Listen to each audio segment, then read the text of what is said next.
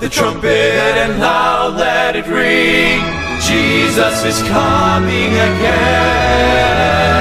Cheer up, ye pilgrims, be joyful and sing. Jesus is coming again. Coming again. Jesus is coming again.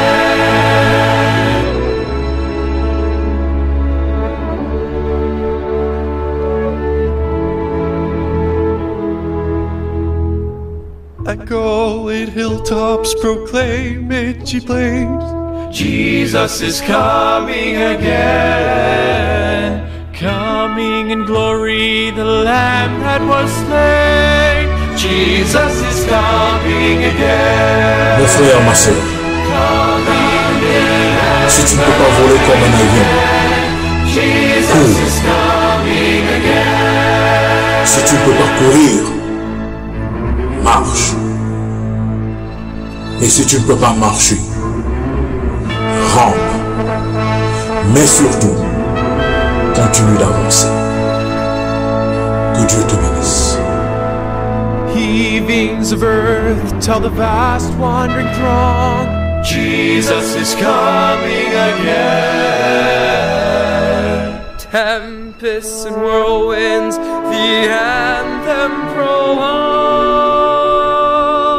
Jesus is coming again. Coming again. Coming again. Jesus is coming again.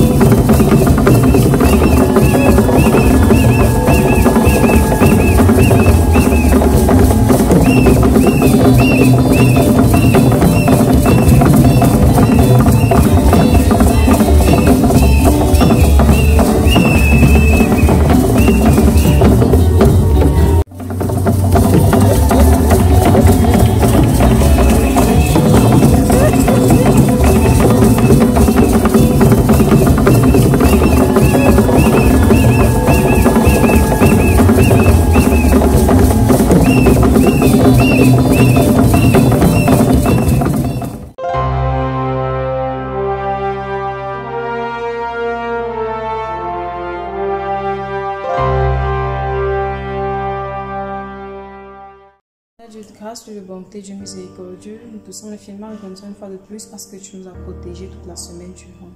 Papa Yahweh, en ce moment que nous nous trouvons dans ton saint temps pour te louer et t'adorer, nous te prions d'abord de nous pardonner pour nos péchés commis en longueur de semaine.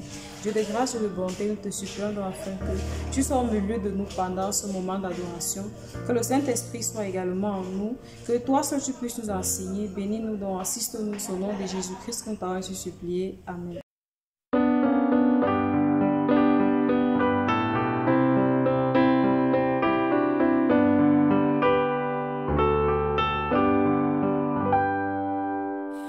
Mugissant, flots en furie, entourez-moi, je n'ai pas peur. Quoi qu'il en soit, paix infinie, puisqu'à la barre est mon sauveur. Le gouvernail de Manassel.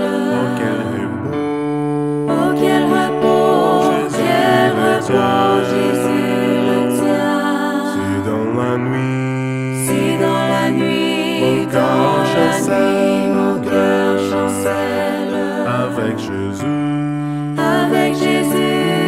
avec Jésus, oui tout est bien.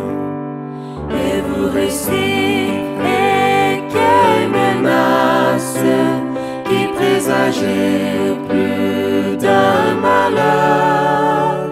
Calme, je puis vous voir en face, puisqu'à la barre est mon sauveur. le gouvernail de Manassel. Oh quel repos, Jésus le tient. si dans la nuit, mon cœur chancelle. avec Jésus, oui tout est bien. Jour après jour, nouveaux orages, nouveaux périls, point de frayeur. Bientôt j'atteins le grand rivage, puisqu'à la barre est mon sauveur. le gouvernail de Manassel. oh quel repos, Jésus le tient. si dans la nuit, mon cœur chancelle.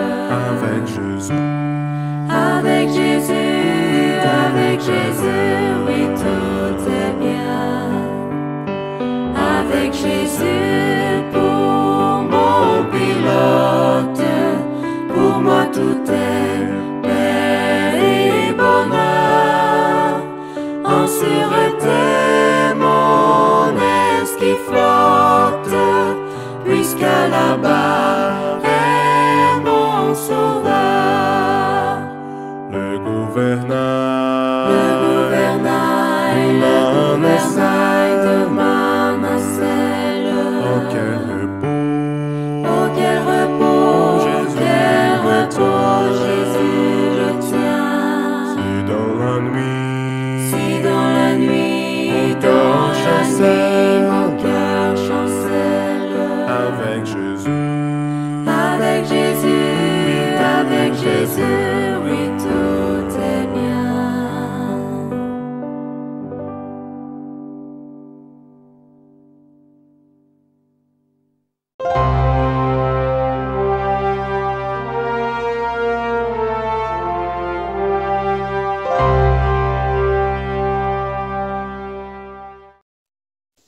La grâce de notre Dieu, notre Seigneur, le Créateur des cieux et de la terre, soit sur vous tous, peuple de Dieu, en ce sabbat matin. Nous abordons ce matin la 7e leçon qui a pour titre « Adorer le Créateur ». Apocalypse, le chapitre 4, le verset 11, qui est le verset à mémoriser, dit ceci. Tu es digne, notre Seigneur et notre Dieu, de recevoir la gloire et l'honneur et la puissance, car tu as créé toutes choses et c'est par ta volonté qu'elles existent et qu'elles ont été créées. Peuple de Dieu, l'adoration absorbe l'aspect le plus fondamental de l'existence humaine, en ce sens qu'elle a trait à ce que les humains, en tant que créatures vivantes, doivent faire lorsqu'ils sont confrontés à la présence du Créateur. Le Seigneur Dieu Tout-Puissant, dans le tout premier verset à mémoriser, nous dit qu'au commencement, Dieu créa les cieux et la terre. Et le verset 7 d'Apocalypse 14, qui résume même toute la Bible en un sens, dit ceci. Craignez Dieu et donnez-lui gloire, car l'heure de son jugement est venue. Et adorez celui qui a fait le ciel, et la terre, et la mer, et les sources d'eau. Nous voyons ici que le même terme revient, la création, créer. Le verbe créer en réalité ne s'attribue qu'à Dieu seul, car il est le seul qui ordonne et la chose existe. Personne d'autre ne peut créer. Et le seul qui ordonne et la chose existe nous réclame de nous notre adoration. Souvenons-nous, durant tout l'Ancien Testament, les prophètes ont réprimandé le peuple de Dieu d'avoir adoré, n'est-ce pas, des idoles. Ou même d'avoir adoré Dieu en associant à cette adoration des pratiques païennes. Cela n'a pas du tout plu à Dieu. Voilà pourquoi lorsqu'il est apparu pour la première fois, n'est-ce pas, à son peuple, dans le livre de Exode chapitre 20, le verset 23, il a dit ceci et il était formel. Vous ne fabriquez point des dieux d'argent ni des dieux d'or pour me les associer. Notre Dieu qui est jaloux a besoin que nous puissions l'adorer lui et lui seul, car il est le Créateur et nous sommes sa créature. Il n'a pas besoin que nous puissions nous prosterner devant ces astres, devant les arbres, devant des animaux, devant des choristes, devant autant d'images que nous aurons façonnées à notre guise. Le Seigneur n'a pas besoin de cela. Il a besoin que nous puissions lui reconnaître comme notre Dieu, notre Créateur, l'être sans lequel notre existence n'a aucun sens. Alors, peuple de Dieu, nous sommes appelés à adorer durant toute notre vie celui qui nous a donné l'existence, le Dieu créateur. Il est certes vrai, Satan, dans son mouvement du grand conflit cosmique, inspire des êtres humains à donner, n'est-ce pas, des enseignements sur l'évolution, pour s'opposer, n'est-ce pas, à la création de Dieu. Cela n'a point de sens, car si l'évolution avait de sens, avec tant de mal qu'il y a de nos jours, pourquoi cette évolution n'arrive-t-elle pas à refaire les choses pour qu'elles aillent mieux? Notre Dieu qui est si merveilleux a besoin que nous lui soyons reconnaissants et que nous sachions que seul, il est Dieu. Il est l'Éternel. Il est celui qui est et qui demeure. Alors, peuple de Dieu, dans ce livre d'Apocalypse, il a été question de revoir ici le Dieu créateur, le Dieu qui juge et le Dieu qui nous donne l'évangile. Celui-là qui a rejeté, pas rejeté en tant que tel, mais celui-là qui a laissé, n'est-ce pas, toutes ces créatures, toutes ces créatures célestes et qui a sollicité notre adoration est si merveilleux que bien sûr que bien n'ayant péché, nous étions condamnés éternellement, mais il nous a donné encore l'évangile afin que si nous acceptons cet évangile, le Seigneur Jésus-Christ qui nous a sauvés sur la croix sera notre défenseur. Il sera notre avocat. Il plaidera pour nous et nous serons sauvés. Il est aussi important de savoir que Christ, qui s'est donné corps et âme, lui qui a subi autant de maux sur la terre pour nous, que nous lui fassons vraiment honneur, que nous soyons reconnaissants. Car il a eu à crier sur la croix. Il a eu à connaître autant de douleurs qu'un être humain plein de péchés pouvait connaître.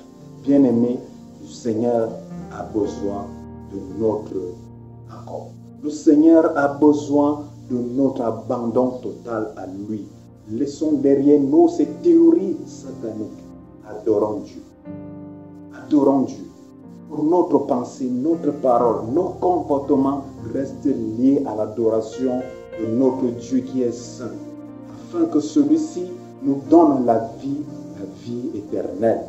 Le peuple de Dieu qui a reçu, n'est-ce pas, la parole ce matin, soit richement béni et que le Seigneur bénisse cette parole en son peuple, afin que le peuple puisse le mettre en pratique pour sa croissance spirituelle et que le Seigneur vous bénisse davantage. Amen.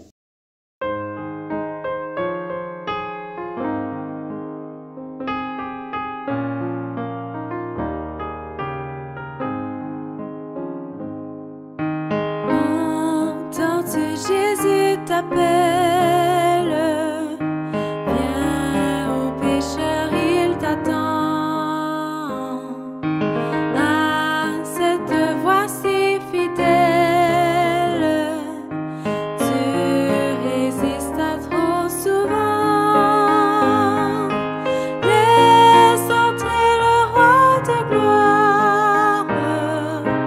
Ouvre ton cœur à Jésus.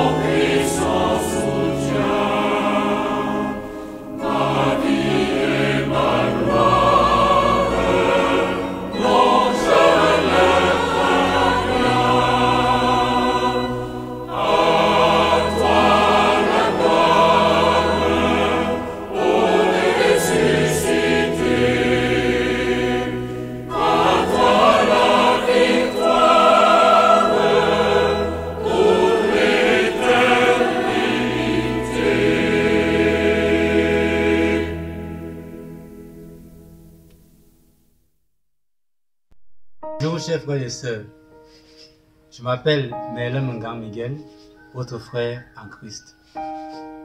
Aujourd'hui, nous allons lire dans le livre de Matthieu, chapitre 13, à partir du verset 13 à 16. Je reprends. Matthieu chapitre 13, à partir du verset 13 à 16. Si vous êtes dans la page, je vais faire lecture. Il est écrit, c'est pourquoi je leur parle en parabole. Parce qu'en voyant, ils ne voient point. Qu'en entendant, ils n'entendent ni ne comprennent. Et pour eux, j'accomplis cette prophétie d'Ésaïe. Vous entendrez de vos oreilles, vous ne comprendrez point. Vous regarderez de vos yeux, et vous ne verrez point. Car le cœur de ce peuple est devenu insensible. Ils ont endurci leurs oreilles. Ils ont fermé leurs yeux, de peur qu'ils ne voient de leurs yeux, qu'ils n'entendent de leurs oreilles, qu'ils ne comprennent de leur cœur, qu'ils ne se convertissent et que je les guérisse. Mais heureux sont vos yeux parce qu'ils voient et vos oreilles parce qu'elles entendent. Amen. Parole du Seigneur.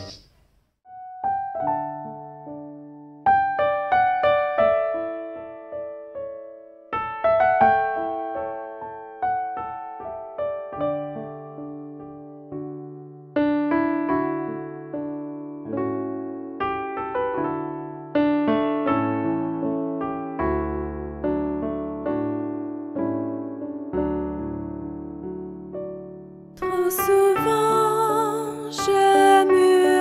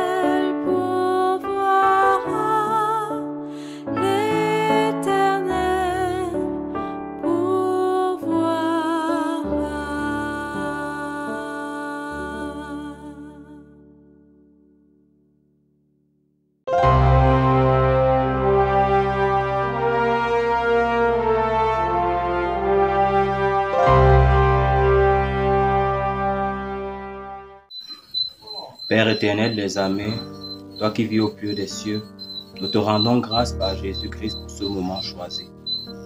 Alors que ton serviteur va prendre la parole pour s'adresser à ton peuple, je viens te prier par Jésus-Christ de te saisir de lui, afin que ton esprit le dispose et que seules les paroles que tu auras préparées soient celles-là qui sortent de sa bouche, et que de par ces paroles, Père éternel, les âmes puissent être ramenées à la bergerie.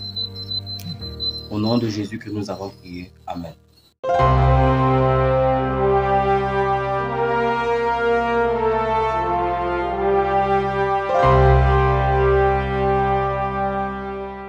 All my life you have been faithful. All my life you have been so good.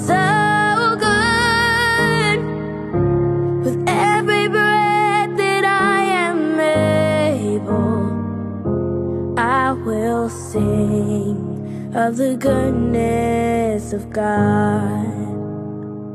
I love your voice. You have led me through the fire in darkest nights. You were close like no other. I've known you as a father. I've known you as a friend. I have lived in the goodness of God. All my life you have been faithful. All my life you have been so good. With every breath that I am able, I will sing of the goodness of God. Your goodness is running after me.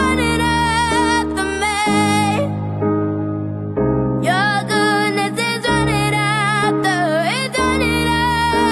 me.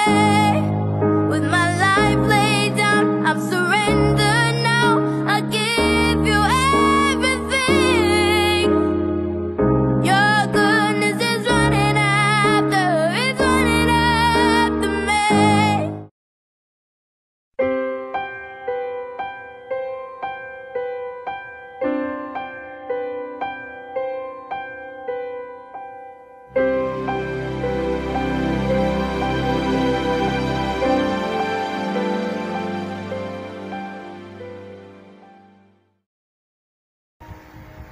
Le titre du sermon de ce sabbat est La danse funèbre des aveugles et des sourds. La danse funèbre des aveugles et des sourds. Prions. Merci Saint-Esprit pour ton amour infini. Merci pour tes bienfaits. Pardonne-nous nos péchés, Seigneur, et relève-nous de nos chutes. Enseigne-nous ta parole et permets que nous puissions vivre selon ta parole.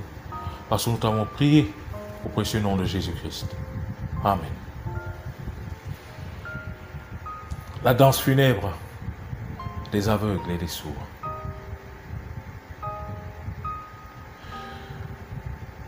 Dans Matthieu chapitre 8, à partir du verset 23, la Bible nous raconte l'histoire de Jésus-Christ et de ses disciples qui étaient en train de traverser la mer. Ils étaient dans la barque. Et au moment de la traversée, subitement et soudainement, une grande tempête s'éleva, souleva les flots et déversa les flots dans la barque. Et la Bible nous dit, Jésus lui faisait quoi? Il dormait. Les disciples, se sentant menacés, sentant que leur vie était en danger, ils ont réveillé le Seigneur en disant, Seigneur, sauve-nous, nous périssons. Comme vous et moi. Alors que nous sommes dans la barque spirituelle, dans l'église. Les tempêtes et les vagues nous menacent. Et parfois nous posons la question, pourquoi est-ce que nos vies ne sont pas meilleures à celles de ceux qui sont dans le monde, qui refusent Jésus-Christ, qui ont renié le Seigneur? Pourquoi est-ce que nos vies ne sont pas meilleures? Pourquoi est-ce que nous sommes comme des aveugles et des sourds qui dansent vers une mort certaine?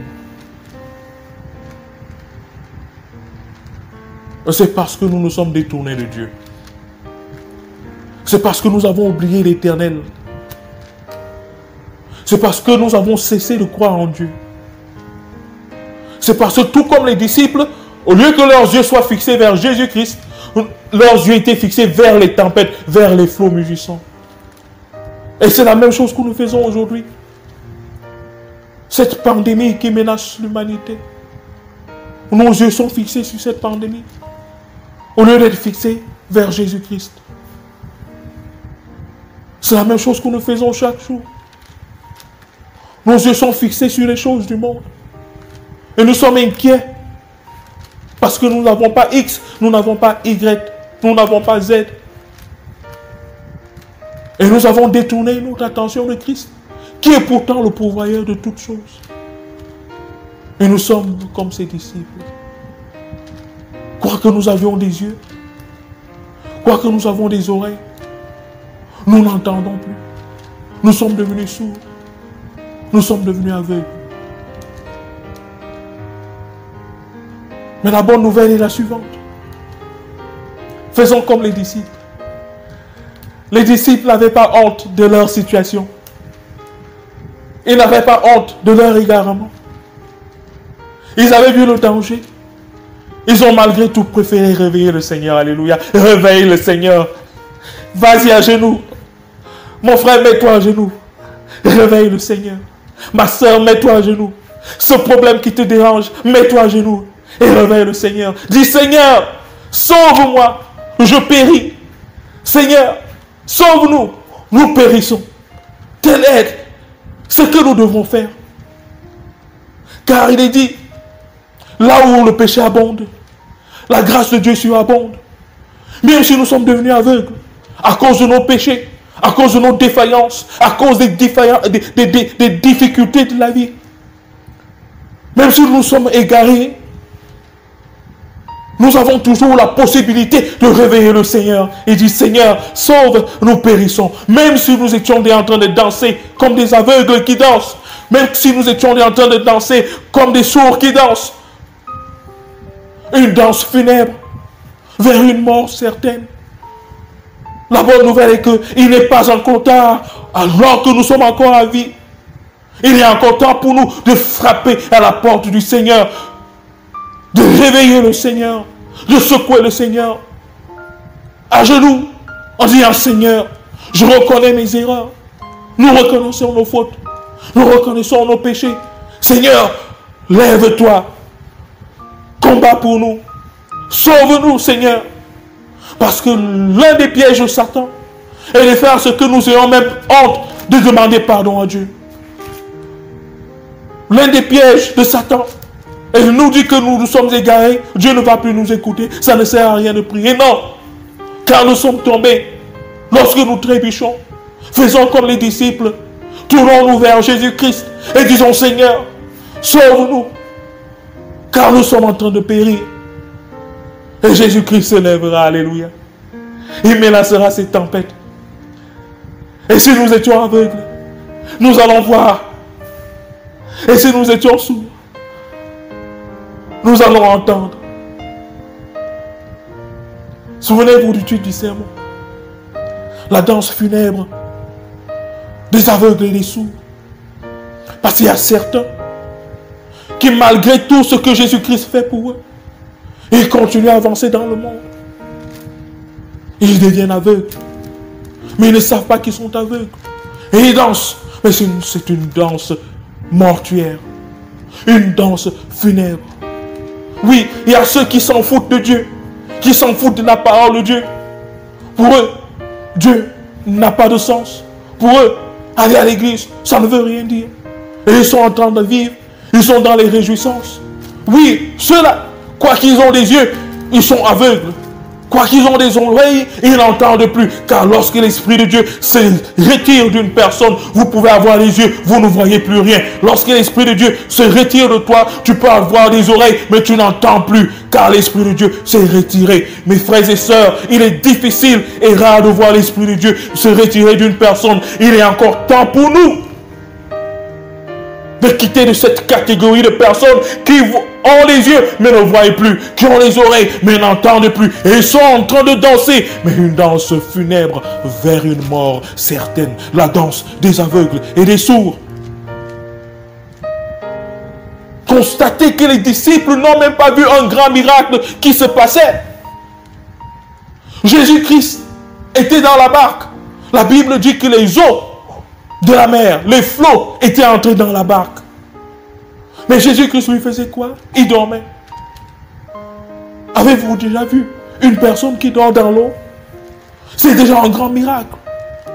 Il y a plusieurs miracles qui se passent autour de nous, mais parce que nous sommes tellement focalisés, concentrés dans les choses du monde, parce que nous sommes concentrés dans les plaisirs du monde, nous ne parvenons même plus à voir les miracles que l'Éternel accomplit autour de nous.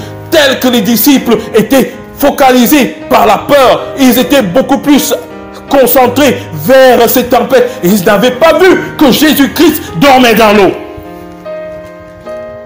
Oui, mon frère, oui, ma soeur, parfois nous ne nous rendons pas compte que Jésus-Christ dort dans l'eau. C'est un miracle. Ils ne l'ont pas vu. La bonne nouvelle est que faisons comme les disciples.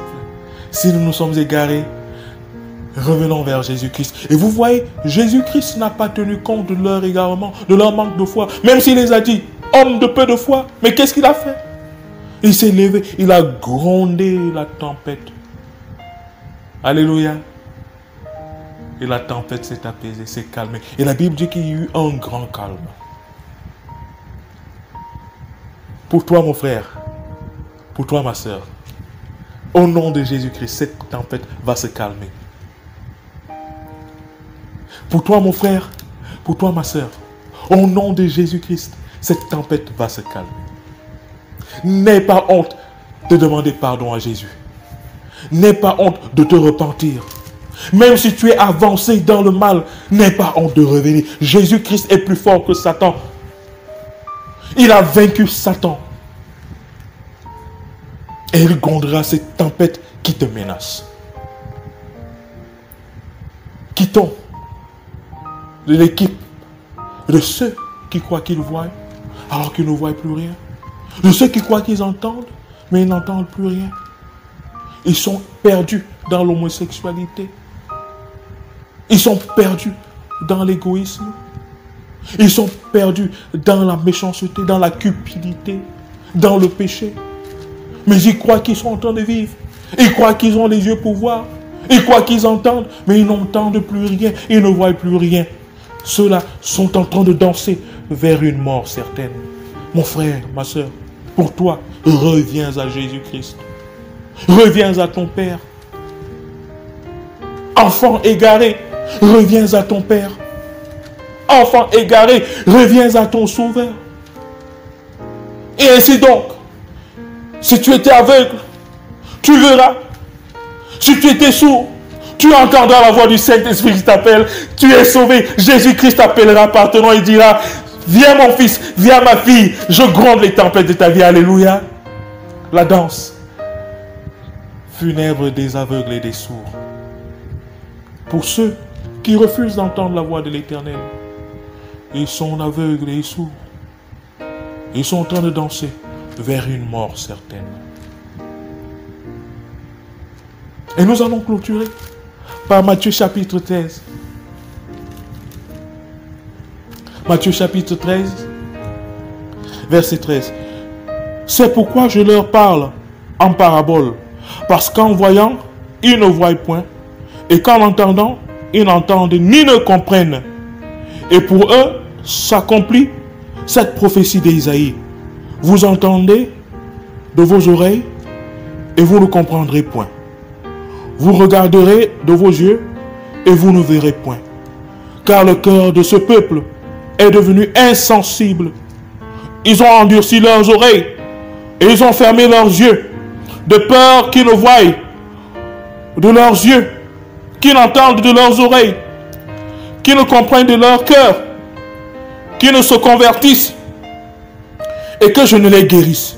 Mais heureux, alléluia, mais heureux sont vos yeux parce qu'ils voient et vos oreilles parce qu'elles entendent, alléluia. Les disciples étaient heureux parce qu'ils ont vu Jésus-Christ. Ils ont entendu Jésus-Christ qui dormait. Probablement ils ronflaient dans l'eau et se sont rendus compte que le Seigneur était avec eux. Pourquoi étaient-ils inquiets? Seigneur, lève-toi, sauve-nous, nous périssons. Les disciples n'ont pas eu honte. Ils ont crié vers Jésus. Et le Seigneur s'est levé. Il a grondé les tempêtes. Alléluia. Et soudainement, ceux qui étaient aveugles voyaient. Ceux qui étaient sourds entendaient. Que cette parole de vérité, en ce jour de sabbat,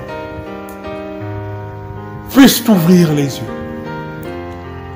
ouvrir tes oreilles, et que tu comprennes que quelles qu'en soient les situations, si tes yeux sont fixés vers Jésus-Christ, quelles qu'en soient les tempêtes, Dieu te donnera la victoire. Alléluia. Reviens à ton Père aujourd'hui. Et tu seras sauvé. Reviens à ton Dieu aujourd'hui. Et tu seras guéri. Reviens à ton Dieu aujourd'hui. Et il te restaurera en dignité. Alléluia. Le sermon est fini. Souhaiterais dire avec moi aujourd'hui que Seigneur, je me suis égaré. Et quoique, ayant les yeux, j'étais devenu aveugle. Quoique ayant les oreilles, je n'entendais plus la parole qui venait de toi, la parole du Saint-Esprit. Seigneur, pardonne-moi. Toi le bon berger, ramène-moi à la bergerie, ramène-moi à la maison, afin que je puisse vivre avec toi, Seigneur Dieu, afin que je puisse être sauvé. Souhaites-tu le dire? Baissons nos têtes pour la prière. Merci Seigneur parce que tu es merveilleux. Tu nous as exaucés. Nous étions égarés. Nous étions aveugles. Nous étions sourds. En train de danser dans le monde. Une danse funèbre. Mais Seigneur, tu nous as rachetés. Tu nous as pardonnés. Tu nous as retrouvés. Tu nous as cherchés. Et tu nous as retrouvés. Et tu nous as ramenés à la bergerie. Permets-nous, Seigneur, de ne plus être inquiets à cause des tempêtes. Permets-nous, Seigneur, de nous rappeler toujours de toutes ces choses que tu as fait pour nous, afin que nous puissions être éveillés, des sentinelles vigilantes, des chrétiens qui agissent par la puissance du Saint-Esprit, afin que lorsque tu reviendras, Seigneur, que nous puissions être de ceux qui s'envoleront avec toi pour le paradis. Merci, parce que nous t'avons prié, en ton précieux nom Jésus-Christ. Amen.